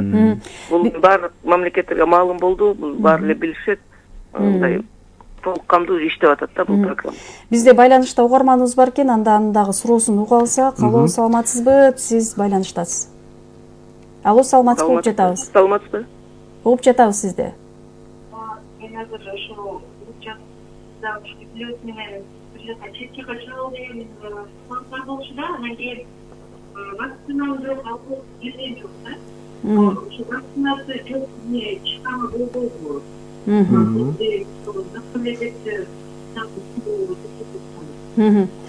Вакцина алып келген жок, бирок чыкпайсына дегендей маалымат алып Рахмат суроңузга. Айгүл айым, биздин угуучубуздун суроосу түшүнүктүү болдубу сизге? Ошо жакшы угбай калды. Чет өлкөгө чыгалы деп жаттык эле, вакцина алмайынча чыгууга мүмкүнчүлүк жок деген маалыматтар чыгып атат. Вакцина албай эле биз чыга алабызбы дейт өлкөдөн? Чет өлкөгө эгерде вакцина албай эле ушул ПЦР анализдин жыйынтыгы менен чыксаңар дагы болот. Бул справка 72 саатка чейин мөөнөткө жарайт. Ошон үчүн учуп аткан убактыңарды карап, ошо билетиңерге жараша анализ тапшырсаңар керек. Бул азыр бүгүнкү күндө Кыргызстанда 3 мамлекеттик лаборатория жанагы 4 жеке менчик лаборатория иш алып барып атат. Эгерде Орусия мамлекетине учат турган болсоңор, ковид саякаттоо деген приложение менен жыйынтык беребиз. Жана башка мамлекеттерге болсо ошол орус тили, англис тил эки түрдө справканы бере беребиз да. Эч кооптонбой ошо ПЦР анализдин терс көрсөткөн жыйынтыгы менен учуп кетебиз. Анан кайра келатканда дагы ошол Кыргызстандагы ошол эле ПЦР тесттин жыйынтыгын талап кылат да. Демек ошол барган жеринен баягы анализди тапшырып анан келиш керек, э? Туура бияка Кыргызстанга келатканда да биз талап кылабыз, бирок өзүбүздүн жарандарды өткөрө беребиз. Анан справка эгерде аяктан да алып атса 72 саатка карап анан алыш керек, өтүш керек да ПЦР анализин. Айгүл Жубакановна, дагы бир суроо бар экен, бизде байланышта угарманыбыз бар. Алло, саламатсызбы? Алло, саламатсыңарбы? Байланыштасыз. Кутмандуу күнүңөр менен, ишиңер ийгилик болсун. Үй-бүлөңөр тынчтык жана ден соолугуңар болсун радио жамааттын, биринчи радионун жамааттарына. Рахмат. Бүт бизге информация берип тактим кылганыңар үчүнчү. Рахмат сизге. Мен фонд Айгулташтын президенти Мурдаева айымтат. Мен азыр аманали жара боюнча айтып кетким келди эле да. Өрүктүн суусун кадимкидей компот өрүктү эле ичип отуруш керек. Себеби бул жарадан алып калат. Өрүктүн компоту жана барбарис, анан кийин неме? Шабдуулучлар аябай муну биздин жарандарга жардам берет да. Ысык түшүп кетпейт ичине, оорубайт. Анан суюктук менен көп нерсе ичинен чыгып кетет. Мен өзүм ушу диагноз койгондо дагы ысык таптап калган балдарга ушулардын назначение кылабыз. Бизчи постоянно өрүк компот ичип турсак, адамдар поддерживать жүрөгү ооругандарга жана кан диабеттерге гана болбойт, калгандын баарына жакшы болот булчу. Анан дагы мен айтармын, мен көбүнчө эле бизге неме кылып атам. Көптөр эле мисалы үчүн ушул масканы кийгизгенде бир неме даярдык көрүшсө. Сен маска кийбей, массовый информациялар баягы гигиена кармабай эле бизде күчөп кетип атат. Үй бүлөлөр мени ооруп, врачтарга жете албай аткандар көп экен. Ошону бир контроль алып коюштар. Рахмат эжеке, сизге ыраазычылыгыбызды билдиребиз. Мына эл ичинде мыкты адистерибиз дагы бар экени кубанычтуу. Айгүл эже, бет каптагуу боюнча да жакшы маселени айтып Айгүл эже бул угарманыбыз ысыктан сактануунун жолу боюнча өзүнүн кеңешин берип өттү да. Анан бул вакцина алайын деп аткан жарандарыбыз, мисалы мен азыр 1-2 сааттын ичинде вакцина алам дегенде мындай тамак ашка кандай көңүл бөлүш керек? Бир ач карын барыш керекпи же ушундай жагдайлар барбы, эрежелери? Эң негизгиси бул адам эч качан да өзүн жакшы сезип аткан мезгилде барыш керек да, эч качан ооруп, тамак ооруп же температура болуп, ушундай бир болбош керек да. Ошон үчүн мындай оорубаган мезгил болуш керек. Самое главное ушулда эч качан бир өнөкөт оорусу курч мезгилинде же болбосо ошо өнөкөт оору ооруп аткан же болбосо мындай сасык тумоо болуп калган мезгилде да болбойт. Аны бөгөт коюлат да. Аны кийинде бул кайра кошумча башка симптомдорду пайда кылышы мүмкүн да. Ошон үчүн өзүн жакшы сезип аткан учурда барат да. Врачтар барганда кеңешин беришет. Бир сыйра карап, анан кийин гана вакцинация кылат да. Муну өзүнүн эрежелери бар. Бизде дагы бир суроо келип калыптыр социалдык тармагыбызга. Вакцина алып аткандар деле ооруп жатат. Буга кандай дейсиздер? Эки ажырым пайда болуп атат дейт. Вакцинация боюнча өзүнүн адистери бар, бирок мен лаборатория кызматкери болуп аткандан кийин мен өзүмдүн да жеке оюмду айтып кетейин. Баягы мурунку ооруган адамдар кээ бир учурда азыр кайталанып ооруп баштап атат. Мисалы былтыркы июнь-июль айында. Анан быйыл вакцинация алып атпайбы? Вакцинация алгандан кийин ушул антитела иштеп баштайт да, организмди вырабатывать этет.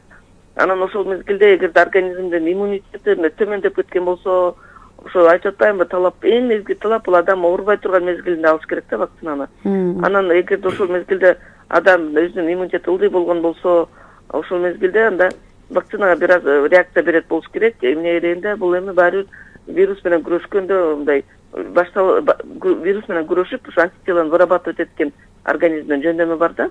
Анан ошол мезгилде бир аз мындай эмеси оорушу мүмкүн да, ооруш эмес да, бул эми побочное явление деп коет. Температурасы көтөрүлүп, бир аз тамак ооруп, мындай булчундары ооруп, сустуктар ооруган ушундай белгилер байкалат экен да. А так көп адамдар жеңил жакшы переносить этишет. Анан кайра экинчи ирет алгандан кийин уже полный баягы законченный вакцинация бүтүп, анан ошо организмде антителалар вырабатывать этет. Айгүл Жумакановна, жаңы тажы вирусуна бөгөт койгонго жакшы шарттар түзүлөт да. Айгүл Жумакановна, эми соңку суроолордун бири болсун, кыскача жооп берсеңиз. Мына буга чейин социалдык тармактарда ушул 2 лабораторияга тест тапшырып, анан бирөө оң чыгып, бирөө терс чыгып калганы дагы ушундай кызуу талкууга алынып, анан талаш тартыш болду да. Эмне себептен ушундай болуп калышы мүмкүн? Бирөөндө терс жыйынтык, бирөөндө оң жыйынтык көрсөтүп атат. Абдан туура сурап, мүмкүн коомчулукта ушул талкуу болуп атат. Эми мындай да, бул мазокту мурундан тамактан алынат. Ошол мезгилде туура алыш керек. Бул техника заборадан көп нерсе зависит этет. Мисалы, адам тамак ошо мазокту берип атканда тамак ичип койгон болсо, тишин тазалаган болсо, мурдун жууган болсо, албетте результат туура эмес болуп калат. Анан кийин могул алып атканда дагы туура алыш керек да. Именно ошол өйдө мурдун көңдөй жагына барып, анан тампон менен алынат да. Ошо вирустун концентрациясы эң жогору жер ошол жер болот. Ошол жерге чейин жеткирип анан алыш керек. Анан туура эмес алып койсо, ошол жаран тамак ичип койсо, туура эмес ылдыйраак жеринен алып койсо, анда вирус чыкпай калат, көрүнбөй калат да. Ушудан да көп байланыштуу болот. Мындан сырткары ошол анализ тапшырганда ошо мазокту лабораторияга жеткирип атканда температурный режим талабы менен жеткириш керек. Ошол жолдо баратканда дагы ачык болуп калган болсо, же болбосо ысып кеткен болсо, вирус өлүп калышы мүмкүн дагы. Мындай туура эмес көрсөткүч берип коюшу мүмкүн да. Мындан көп нерсе, көп факторлор зависит этет. Мындай учурлар болот. Бирок ошо эң негизгиси ошо туура алып, туура лабораторияга жеткирип берген жыйынтыктар биз талап кылабыз да. Анан эми жаран эгерде мындай да баягы учуп кеткиси келип, билети бар деп коелу, мисалы колунда, анан пластин чыгып калды. Бул уже билет дагы, анан ошо мурдун жууп, тишин тазалап, аябай жуунуп барып, жана антисептиктер жутап, анан кийин барып тапшырса, ал вирусту аппарат көрбөй калат. Вирустун концентрациясы ылдый болуп калган үчүн чувствительность прибора дейбиз, көрүнбөй калат да, анан кийин терс белги берип коюшу мүмкүн. Дагы бир суроо бере кетеличи. Ушу социалдык тармактарга суроо келген экен. Дүйнөдө дельта штаммы жайылууда, Кыргызстанда барбы, изилдөө жүрдү беле деген суроо экен. Бүгүнкү күндө биз Орусия мамлекетинин Гектар референс лабораториясы менен макулдашуу түзүлгөн. Ушул биз 3 жылга чейин да, анан жыл башынан бери ушу март айында келген жыйынтык боюнча ошол бизде Кыргызстанда өзгөрүлгөн мутированный штамм дейбиз. Ошолор жаңы тачы вирусунун 3 багытта жүрүп атканы белги болгон. Бул британдык штамм, южноафриканский жана Орусияда жүрүп аткан штаммдардын циркуляция болуп атканы белгилүү болгондо, ал эми биз май айында жөнөткөн ушу 30 образецти жөнөттүк. Булар республиканын бардык лабораторияларынан чогултканбыз. Бул эң басым кылдык жаштарга, балдарга жана ошондой эле мындай аябай оор абалда жаткан больнойлордун положительный чыккан мазокторун жөнөткөнбүз. Ушунун жыйынтыгы мынакей июньдүн этегинде келди. Ошол жыйынтыктын негизинде бизде азыр Кыргызстанда британдык штаммдын түрү жүрүп атат, южноафриканский штамм жүрүп атат да. Ал эми дельта индийский штамм бүгүнкү күндө катталган жок. Бирок бизде жана жазында жүрүп аткан штаммдардын арасында Индиянын классический штаммы жүрүп атканда, ал деген былтыркы жылда эле жүрүп аткан штаммдардын бири. Жана өзгөргөн дельта мутированный индийский штамм бүгүнкү күндө жок. Бирок бизде авиа каттамдар болуп атат, элдер барып келип атат. Мына жакынкы эле биздин Орусия мамлекетинде ушул дельта штаммдын пандемиясы күчөп атат. Казакстанда да болуп атат, катталып атат. Анан бизде коркунуч бар. Ошон үчүн биз жанагы жарандардан суранып, сунуш кылып, өзүбүздүн санитардык эрежелерди сактагыла деп кечке айтып атканбыз. Ушул коркунуч бар экенин алдын алалы деген максат менен айтылып атабыз да. Ушул учур менен пайдаланып да кайталашыбыз керек. Бул дельта штамм жок, бирок бүгүнкү күндө келген коркунучу бар, келе турган коркунучу бар. Ошон үчүн бул айырмаланат. Абдан бат жайылганга жана оору бир аз оор абалда өтүп атканы байкалганда бар. Ошол көп мамлекеттерде уже катталбады дельта индийский штамм. Ошон үчүн бизге келип калса, ошол абдан бат мындан да тез жайылганга жөндөмү бар жана оорулар мындай оор абалда өткөнгө жөндөмү бар. Ошон үчүн сактаныш керек жарандар. Рахмат сизге. сизге. Ыраазычылык билдирели. Кадырман угармандар, биз жогоруда ушу саламаттыкты сактоо жана социалдык өнүктүрүү министрлигинин ооруларды алдын алуу жана мамлекеттик санитардык эпидемиологиялык көзөмөлдөө департаментинин лаборатория борборунун башчысы Айгүл Жумаканова менен ушул ПЦР анализди тапшыруунун жол жобосу, ошондой эле Кыргызстанда ушул туристтерди кайсыл баягы вакцинанын негизинде, эмненин негизинде келе алат деген теманы алкаганда талкуу жүргүздүк. Ооба, анда биз таңкы бурулуш программасынын алдын көздөп уланта берели. 8ден 2 мүнөт өттү. Азыр кыргыз тилиндеги соңку маалыматтар топтомун угуп, андан кийин 3-чү темабызга аттанабыз. 3-чү темага аттанардан мурда эске салып өтөлү. Кыргызстандагы туризм, мына ушул 20 мамлекетинин өкүлдөрү жогоруда айтылган ПЦРдин маалым каты жана сертификаты менен кире алары айтылып жатат.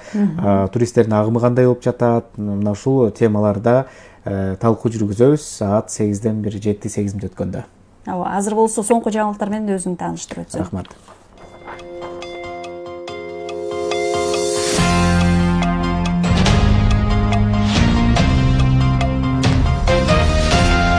Өзбекстанда Кыргызстандын, Тажикстандын жана Өзбекстандын өкмөттүк делегацияларынын катышуусунда чек ара маселеси 3-июлда талкууланды. Бул тууралуу министрлер кабинетинин басма сөз кызматынан кабарлады. Сүйлөшүүлөрдүн жүрүшүндө тараптар Кыргызстандын, Тажикстандын жана Өзбекстандын мамлекеттик чек араларынын бириккен жерин жайгаштыруу боюнча сунуш алмашты.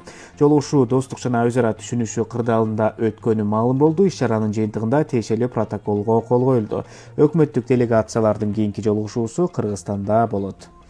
Бүгүн 5-июлда Жогорку кеңештин кезексиз жыйыны ачылат. Бул тууралуу парламенттин басма сөз кызматы билдирди. Жыйын саат 10:00 башталары айтылды.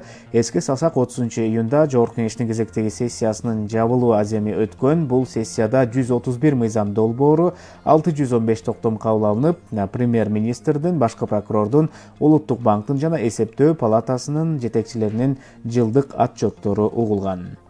Ушул тапта өлкөнүн ооруканаларында жалпы 4000ден ашык бейтап коронавирус жана пневмониядан дарыланып жатат. Анын ичинен 169 бейтаптын абалы өтө оор болсо, 1000ден ашык оор абалда дагы 2600 киши орто оор абалда дарыланууда. Дарыланып жаткандардын ичинен болгону 58 кишинин абалы канааттандырарлык экени маалым болду. Ал эми үй шартында ушул кезде 11 000ге жакын киши дарыланып жатканы белгиленди. Белгилей кетсек, өлкөдө ковиддин 3-толкуну жүрүп жатат. 4-июлга карата илдеттин жаңы 1401 учуру случай катталып, бир күндө 10 киши каза болду. Ушун менен өлкөдө коронавирус жуктуруп катталгандардын жалпы саны 130.633 түзсө, андан көз жумгандар 2037 болду. Дарыгерлер оорунун күч алышы, жарандардын санитардык эрежелерди карманбай жатышы жана эмдөөдөн баш тартуусу экенин себеп кылып айтышууда. Дүйнө жүзүндө коронавирус инфекциясы менен ооругандардын жалпы саны бүгүн 5-июлга карата 184,5 миллион адамды түздү. Анын ичинен 4 миллиондой киши оорудан айыгып кете албай көз жумду. Ал эми айыккандар дүйнөдө 169 миллионго чамалады. Кыргызстанга вакцина алган же ПЦР тест тапшырган чет элдиктер гана киргизилет. Бул тууралуу биринчи радионун түз эфиринде Саламаттык сактоо жана социалдык өнүктүрүү министрлигинин ооруларды алдын алуу жана мамлекеттик санитардык эпидемиологиялык көзөмөлдөө департаментинин лаборатория борборунун башчысы Айгүл Жумаканова билдирди. Анын маалыматына ылайык, өлкө аймагына кирген жарандар акыркы 72 саат аралыгында жасалган ПЦР тесттин жыйынтыгын же вакцина алгандыгын тастыктаган сертификат көрсөтүшү керек. Эске салсак, бүгүнкү күндө Кыргызстанда 20 мамлекеттин сертификаттары таанылат. Эми Тажикстанда коронавируска каршы эмдөө 18 жаштан жогорку жарандар үчүн милдеттүү болуп калды. Бул тууралуу аталган өлкөнүн маалымат каражаттары жазды. Анда жарандарга эмдөө акысыз жүргүзүлөөрү маалымдалган. Ошондой эле Тажикстандын аймагында чет жактан келген жарандар тапшырган ПЦР тесттин жыйынтыгы терс болгонуна карабастан 10 күн карантинге милдеттүү түрдө алынат. Мындан тышкары ушул күндөрү ковидтин жайылуу коркунучу жогору болгондуктан өлкөнүн жарандары ар кандай коомдук иш-чараларды, үйлөнүлпөт тойлорун жана майрамдык салтанаттарды аз сандагы адамдар менен өткөрүүгө уруксат берилген. Бишкек аймактык шайлоо комиссиясы биздин Кыргызстан саясий партиясына жазуу түрүндөгү эскертүү берди. Бул тууралуу БШКнын басма сөз кызматы маалымдады. Маалыматка таянсак, 3-июлда Бишкек аймактык шайлоо комиссиясы өзүнүн үгүт материалдарына башка мамлекеттин саясатчысынын сүрөтүн чагылдырган сүрөттү колдонгондугу үчүн аталган саясий партияга каршы арызды караган. Анда жергиликтүү кеңештердин депутаттарын шайлоо жөнүндө мыйзамдын талаптарын бузгандыгы аныкталган. Кароонун жыйынтыгында аталган саясий партияга жазуу жүзүндө эскертүү берүү чечими кабыл алынган. Кыргызстандын электр тармагынын дээрлик бардык тилкелеринде оңдоп түзөө иштери аткарылууда. Улуттук энерго холдинг компаниясынын маалыматына ылайык, бул күзгү кышкы сезонго даярдык көрүүнүн алкагында жасалуучу иш-чаралар. Маалыматка караганда, адистер күн сайын жыгач мамыларды бетон мамыларга алмаштырып, кабелдерди жаңылап, тоскоолдук жараткан бутактарды кыйып жатат. Ал арада бүгүн 4-июлда Бишкектин борборунда электр жарыгы өчүрүлө турганын түндүк электр ишканасынан маалымдады. Бүгүн саат 9-дан кечки 6-га чейин Фрунзе, Разаков, Жумабек жана Эркиндик проспектисинде электр энергиясын берүү чектелет. Бул ремонт иштерине байланыштуу экенин ишканадан эскертти. Чет элдик кабарлардан Филиппинде кырсыкка учураган аскердик учактын ичиндеги 92 адамдын ичинен кеминде 29-у каза болду. Бул тууралуу чет элдик жалпыга маалымдоо каражаттары жазды. Андагы маалыматта дагы 40 адам жаракат алган. Анда алдын ала маалыматтарга караганда кырсыктан 50 киши куткарылып, 17си дайынсыз болуп жатканы айтылып жатат. С-130 учагы Сулу провинциясындагы Холо аралына конууга аракет кылып жатып кулап түшкөн. Филиппиндин куралдуу күчтөрүнүн башкы штабынын башчысы генерал Сирилита Сабихананын айтымында учак учуп конуу тилкесине жеткен эмес. Учурда издөө иш-чаралары улантылып жатканы айтылды. Талибан кыймылы менен болгон кагылышууга туруштук бере албай артка чегинген 300дөй афган аскери коңшу Тажикстанга өттү. Бул тууралуу Тажикстандын чек ара кызматына таянуу менен жергиликтүү басылмалар жазды. Афганистандагы акыркы бир нече айдын ичинде көптөгөн аймактар Талибан кыймылынын колуна өткөн. Акыркы 2-3 күндө эле бул өлкөдөгү өкмөттүк күчтөр 15 райондон чыгып кетүүгө аргасыз болгон. Ал эми 22-июнда Талибан кыймылы Тажикстан менен Афганистандын чек арасындагы Шерхан Бандар аттуу бажы көзөмөл өткөрмө пунктун басып алган. 1-майда АКШ баштаган чет элдик аскерлер Афганистандан чыгып кете баштагандан кийин Талибан согушкерлери өкмөттүк күчтөргө каршы айыгышкан күрөштү улантууда. Спорт жаңылыктары. Аял Лазарев быйыл жайында өтө турган Токио 2020 жайкы олимпиада оюндарына жолдомо утту. Бул тууралуу күрөш федерациясы маалымдады. Маалыматка ылайык, май айында София шаарында өткөн олимпиада оюндарына тандап алуу боюнча дүйнөлүк лицензиялык турнирде Лазарев жеңилип калган индиялык Сумит Малик аттуу балбандан допинг аныкталган. Мындан улам дүйнөлүк күрөш уюму аны жолдомосунан ажыраткан. Жолдомо автоматтык түрдө кыргыз балбанына берилет. Муну менен Аял Лазарев кыргыз курамасынын карамагына 17 жолдомону алып келди. Ал арада 18 жолдомону Кыргызстандын жеңил атлетика боюнча курама командасынын мүчөсү Нурсултан Кеңешбеков алды. Японияда өтө турган оюндарда Кеңешбеков 5000 метр аралыкка ат салышары маалым болду. 8 июлга чейин өлкөдө ченемден тышкары ысык аба ырайы болоорун өзгөчө кырдаалдар министрлигинен кабарлады. Маалыматка ылайык 6 июлга чейин абанын күндүзгү температурасы Чүй, Ош, Жалал Абад, Баткен областарынын өрөөндөрүндө 38-40 градуска чейин, Талас өрөөнүндө 36-38 градуска чейин жогорулашы, 7-8 июлда Чүй, Ош, Жалал Абад областарынын өрөөндөрүндө 39-41 градуска чейин, Талас өрөөнүндө 37-39 градуска чейин жогорулашы күтүлөт. Мындай ысык аба ырайында ачык күндүн астында көпкө жүрүү сунушталбайт. Министрлик жарандарды сак болууга чакырат. Эми валюталар курсу жана аба ырайы тууралуу маалымат. Улуттук банктын билдирүүсүнө ылайык доллардын курсу 84 сом 78 тыйын болууда, евро 100 сом 27 тыйын, рубль 1 сом 15 тыйын болсо, теңгенин курсу 19 тыйынды түздү. Бүгүн 5 июлда Чүй жана Баткен, Ош, Жалал Абад областарында 35-40 градуска чейин ысыйт, Талас областында 33-38 градус ысык болот, Ысык көл областында 26-31, Нарын областында 27-32 градус ысыйт. Бүгүн Бишкек шаарында жаан-чачын болбойт, абанын температурасы 37-39 градус болсо, Чолпон Ата шаарында 25-27 градуска чейин жылы болот. Чергезде 8 саат 11 минута без берүүбүздү улантабыз. 3-чү бурулушка да келип калдык. Бирок 3-чү бурулушка өтүү алдында мен жогоруда белгилеп өтпөдүм беле. Кыргызстанда ошо COVID-19 боюнча онлайн кеңеш бере турган пульмонолог дарыгерлердин тобу түзүлдү депчи.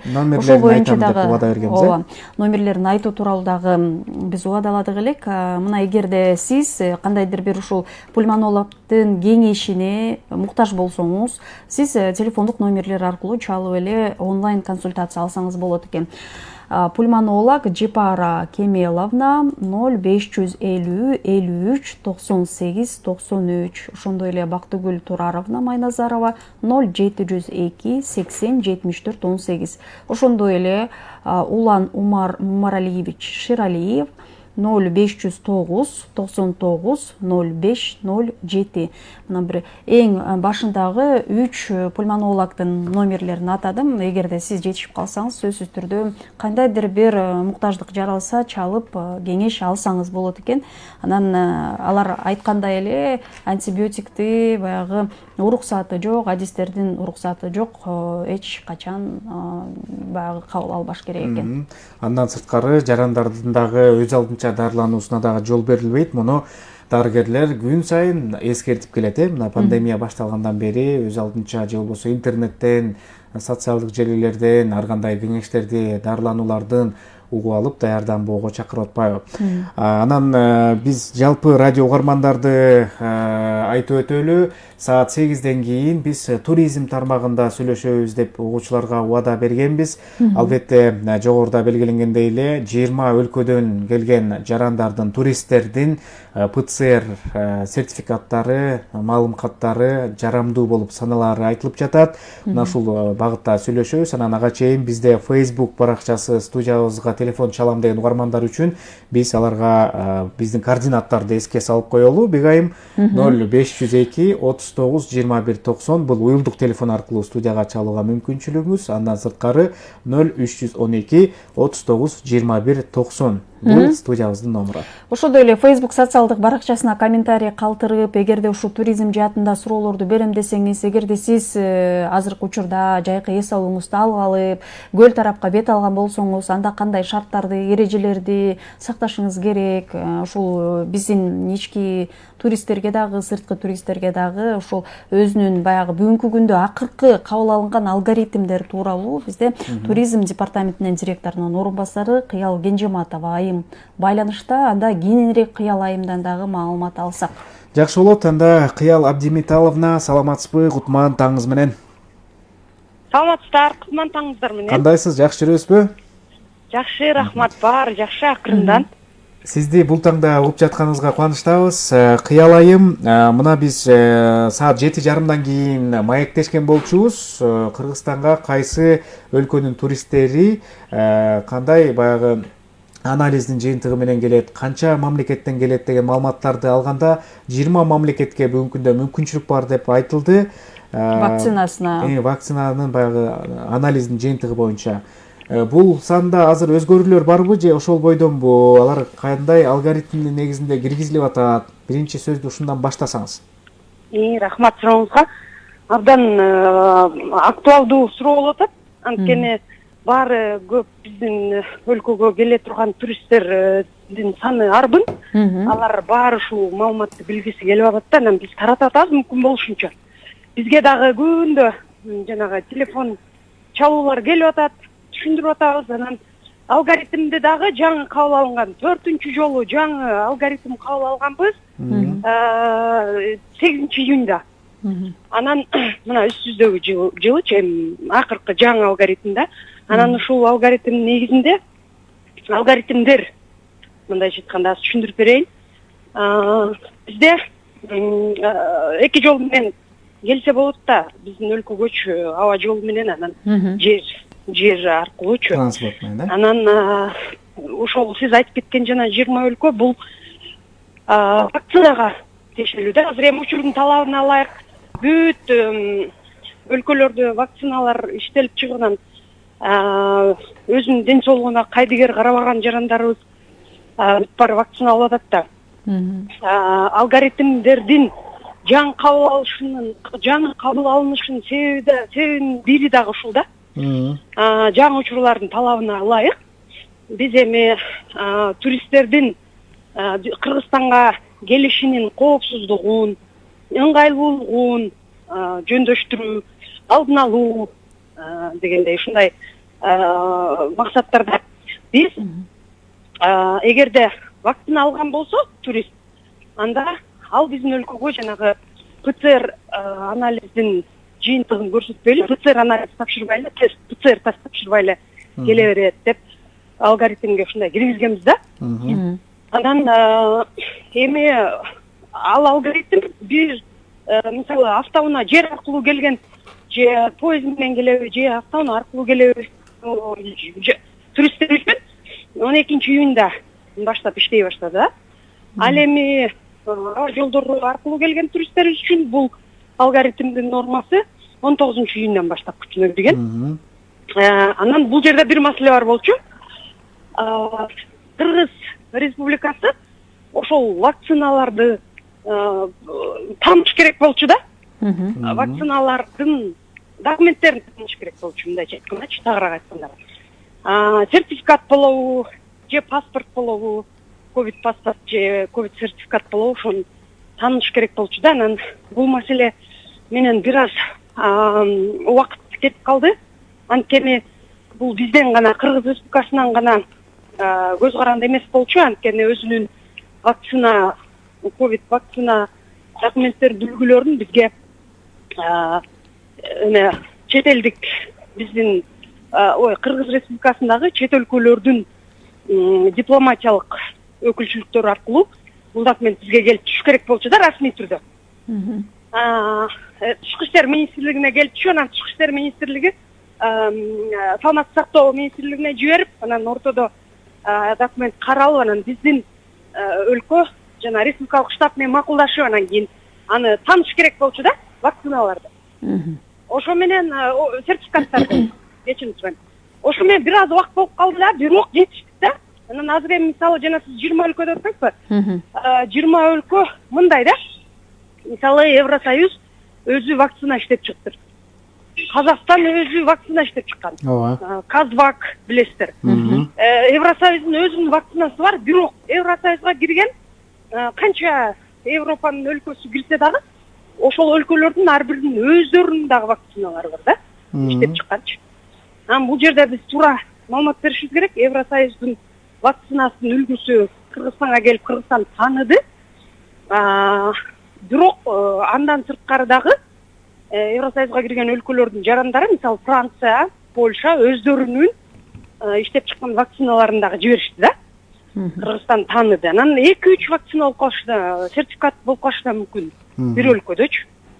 Ушундай сыяктуу да. Ошондо 2 деп атпайсызбы? 2 сертификат менен кандай болуп калат ошондо? 2 сертификат. Мисалы бир Казакстанда мисалы эгерде Казвак сертификаты бар болсо өздөрүндө признавать эткен, же болбосо дагы бир башка сертификат, вакцина Казвактан башка дагы мисалы эми спутник деп коеюнчу мисалы образно, дагы бар болсо анын дагы ошондой бир вакцинанын дагы сертификатын бизге жибере берет да. Себеби бизде мына 2 вакцина бар, кааласа турист же жаран бул вакцинаны алса болот, кааласа бул вакцинаны дегендейчи, бирок бизде экөө тең иштеп атат. Бул экөөнү тең сиздер таанып коюңуздарчы деп жиберип атышпайбы бизге. Анан биздикилер аны мындай документтүү түрдө, расмий түрдө тааныгандан кийин анан иштеп баштады да бул алгоритмдин бул биринчи бөлүгү. Ал эми эгерде бизде азыр көп эле жарандарыбыз, туристтерибиз айтып атат да, менде антитела эме бар экен. Анан мен вакцина албай эле коеюн депчи. Жетиштүү экен менде антителолор. Анан мен вакцина алсам, албасам деле боло берет экен деп албагандар да бар да. Албагандар үчүн атайын ПЦР анализ тапшырыш керек. Анын срогу 72 сааттан ашпаш керек.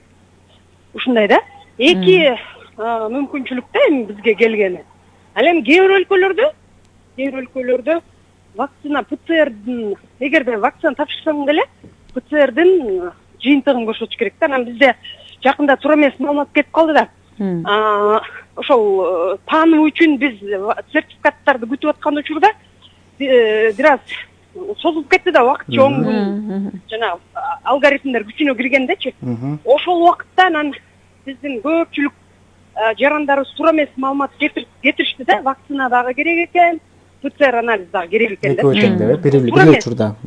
Ооба, бул туура эмес да. Ошо туура маалыматты азыр сиздерге. Экөөнүн бирөөсү ошондо.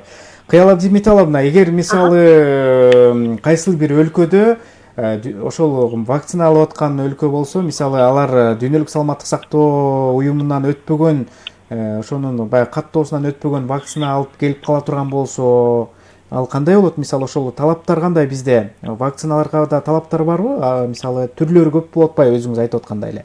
Ооба. Бул биз кайсы вакциналарды тааныйбыз, мисалы? Вакцина алып келген жаран болсо? Бул суроо бир аз жанагы саламаттык сактоо министрлигине байланыштуу суроо экен, бирок өзүм оюмду айтып кое берейин. Бизде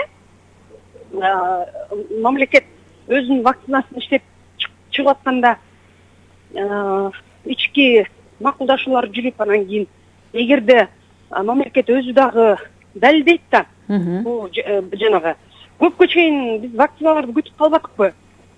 Качан эми жанагы сыноодон өтүп атпадыбы вакциналар? Мамлекеттин ичинде сыноодон өтүп, андан кийин процедурасы узун экен да, ооз жана бүткүл дүйнөлүк саламаттык сактоо уюму тааныш үчүн бул аябай эле көп убакыт экен да. Ошондуктан менимче, мен ойлоп атам да, бүткүл дүйнөлүк саламаттык сактоо уюму өзүңөрдүн вакцинаңар эгерде далилденсе ар бир өлкөдө, анда колдоно бергиле деп уруксат берген болуш керек. Себеби бизге азыр келип аткан көп вакциналар, мисалы бүткүл дүйнөлүк саламаттык сактоо уюму аркылуу азыр 6 калп айтпасам 7 эле вакцина танылган да. Калган вакциналар, мисалы Казвак таанылы элек, жана ошол эле спутник мисалы таанылган жок бүгүнкү күндө да. Эми бүткүл дүйнөлүк туристтик уюму, туристтик уюм дедим, кечирим, саламаттык сактоо уюму аркылуу. Ошого байланыштуу мен ойлоп атам, бизге келген вакциналардын абдан көп, басымдуу көпчүлүгү тааныла элек. Бирок ошого карабастан мамлекет өзү далилдеген үчүн, бул эффективдүү экендигин далилдеген үчүн азыр колдонуп атышат да башка өлкөлөрдө. Ошон үчүн Кыргызстандагы аларды Кыял, соңку суроо болсун. Мына азыр туристтерде келип атат, биз бардык шарттарды карап атабыз деп атабыз. Ошо кандай шарттарды карап атасыңар? Ушул сактануу жолдору, кандай баягы биздин туристтерибиз үчүн ушул санитардык эпидемиологиялык эрежелерди сакташ керек алар? Силер эмнени сунуштап атасыңар? Ошол тууралуу да кыскача маалымат берип өтчү. Мисалы айрымдар айтып атпайбы, көлжээкте бет кап тагыныш керек экен, кээ бир айтып атат бет кап тагынбаш керек, болгону коомдук жайларда тагыныш керек деп. Анан ар кандай мындай сөздөр чыгып атат да, ушул боюнча да айтсаңыз. Биз ошо былтыр азыр дагы жаңылап атабыз, акыркы туристтик кызмат көрсөтүүлөрдө же туристтик ишкерликте тийиштүү эми өзгөчөлүгү бар да. Туристтик ишмердүүлүктүн өзүнүн өзгөчөлүктөрү көп да. Ошого байланыштуу биз былтыр атайын Саламаттык сактоо министрлиги менен биз атайын талаптар иштелип чыгып бекитилген да. Бул туристтик ишмердүүлүк жүргүзгөн жайкы туристтик объектилерде тийиштүү санитардык нормаларды жана талаптарды сактоо боюнчачы. Бул алгоритм ар бир туристтик объектке, туристтик объекттин ар бир жетекчисине жана ошондой эле ошол туристтик объектте иштеп аткан кызматкерлердин саламаттыгына, ошондой эле туристтердин саламаттыгын алдын алуу боюнча талаптар да. Анан бул талаптарды текшерүү укугу, көзөмөл жүргүзүү укугу бул Саламаттык сактоо министрлигинде бүгүнкү күндөчү. Анан жайкы туристтик мезгил башталаардан мурда биз бир сыйра бүт ушул туристтик объектилер менен туристтик объектилерге бир сыйра кээ баарына жете албасак дагы басымдуу көпчүлүгү менен түшүндүрмө иштерин жүргүздүк. Анан кайра ушул талаптарды жибердик, кайра аларды жарыяладык. Анан абдан үч жактуу жоопкерчилик абдан чоң экендигине басым жасадык. Бул мамлекет тарабынан, турист тарабынан жеке өзүнүн жоопкерчилиги, анан ушул ишкерлер тарабынанчы. Анан эгерде эми былтыр бир жылдан ашык абдан туризм чөйрөсү өзүңүздөр көрүп аткандай абдан оор тоскоолдуктарга учурап 80% жоготуу болду да.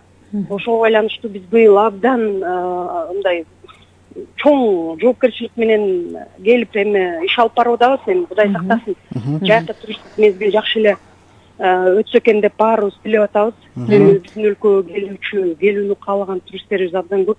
Алардын баары уже бир жылдан ашык убакыттан бери 1,5 жыл кээ бир өлкөлөрдө ушундай мындайча айтканда үй камагында жатышып аябай мындай туризм эми эс алууну көздөгөндөр абдан көп да. Түшүнүктүү, кыялайым. Менен келип атышат. Ошондуктан бул абдан чоң жоопкерчилик.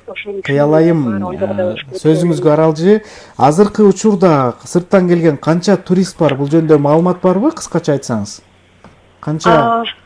Бизде учурдун статистикасын чыгара албайбыз. Бизге жана өзүнүн тийиштүү талаптарга ылайык бир мисалы 3 кварталдын жыйынтыгын чыгарышыбыз мүмкүн. Андан кийин жарым жылдыктын, анда дагы жарым жылдыкка азыр чыга элек, 45 күн өтүш керек. Июнь бүткөндөн кийин 45 жыл ошондо бир сентябрга чукул чыгат да бул. Ошентсе дагы баягы көл сезонуна, жайкы сезонго кирген туристтердин агымы байкалып атат деген маалыматтар бар да, Ооба, бизде андай информация бар. Ошол бир 3 кварталдын жыйынтыгы менен эле бизде миллионго уже миллион анан бизде мындай да, бүткүл дүйнөлүк туристтик уюмдун өзүнүн классификациясы бар. Кандай максат менен келген жаран бизде турист деп эсептелет дегенчи. Биз ошол классификацияга таянып чыгарабыз да өзүбүздүн эсептөөлөрдүчү. Ал эми биздин эсептөөлөр ушул туризм департаментинин статистика комитетинин эсептөөлөрү менен дал келбей калат көп учурда. Себеби алар башка статистика өздөрүнүн методу менен жүргүзүшөт. Аны азыр жакшылаш керек, жакшыртыш керек деп дайыма биз сунуш берип келатабыз. Ал эми биздики болсо ошол бүткүл дүйнөлүк туристтик уюмдун жаңы акыркы кабыл алынган статистикалык сунуштамалар негизинде жүргүзөбүз да. Азыр эми 3 айдын жыйынтыгы менен айтып коеюн, 1,6 миллион тегереги чет элдик жаран. Жакшы. Рахмат сизге, терең ыраазычылык билдирели. Кадырман угармандар, эсиңиздерге сала кетели, мына пандемия шартында Кыргызстанга келип эс алууну каалаган чет өлкөлүк туристтер үчүн ушул туризм департаменти дагы башка тийиштүү министрликтер менен биргеликте туристтер үчүн атайын алгоритмди иштеп чыккан экен. Ага ылайык ушул Кыргызстан аймагына кирүүчү адамдын жанында коронавируска тапшырган ПЦР тесттин терс жыйынтыгы болушу керек экен. Анын мөөнөтү жогоруда белгиленгендей эле 72 сааттан ашпаш керек, же болбосо коронавируска каршы вакцина жасаткандыгы боюнча документ болуш керек экен. Бул кагаз жана электрондук түрдө болуусу шарт. Бизге бул тууралуу туризм департаментинин директорунун орун басары Кенжематова Кыял Абдимитайловна айтып берди. Бул таңкы бурулуш программасы болду. Ооба, биз ыраазычылыгыбызды билдирели. Анан Кыял айым жогоруда белгилеп өткөндөй эле биз жайкы туризм тууралуу статистикалык маалыматтарды 3 ай аралыгында беребиз деп калды. Эми ушул жайдын соңунда дагы маалымат алып, угармандарыбызга бөлүшүп турабыз. Кыргызстанда ушул жайкы сезондо канча турист келди, алар жана жогорудагыдай вакцинабы же ПЦР тестинин жыйынтыгы менен келиштиби, ал жагы кандай болду, эрежелер кандай сакталды деген маалыматтарды дагы ыкчам биринчи радио берип турууга даяр. 8:30 болду. Демек бүгүн 5 июлдагы таңкы бурулуш программасын аяктайбыз. Дүйшөмбү күнүңүздөр ийгиликтүү улана берсин. 1,5 саат бою кызматыңыздарда мен Урмат Жээнбеков жана кесиптешим Бегайым Абдыкадырова болду. Эми уктуруунун режиссер Айдай Исмаилова жана бизди Facebook'ка чыгарып, угуучуларыбызга, көрүүчүлөрүбүзгө жеткирүүгө көмөктөшкөн Азиз Жокморов болду. Азыр жаңылыктардын орус тилиндеги чыгарылышы менен Канат Султакеев тааныштырат. Андан кийин таңкы бурулуштун негизги маселеси. Сиздер менен коштошобуз, саламатта калыңыздар. Жакшы туруңуздар.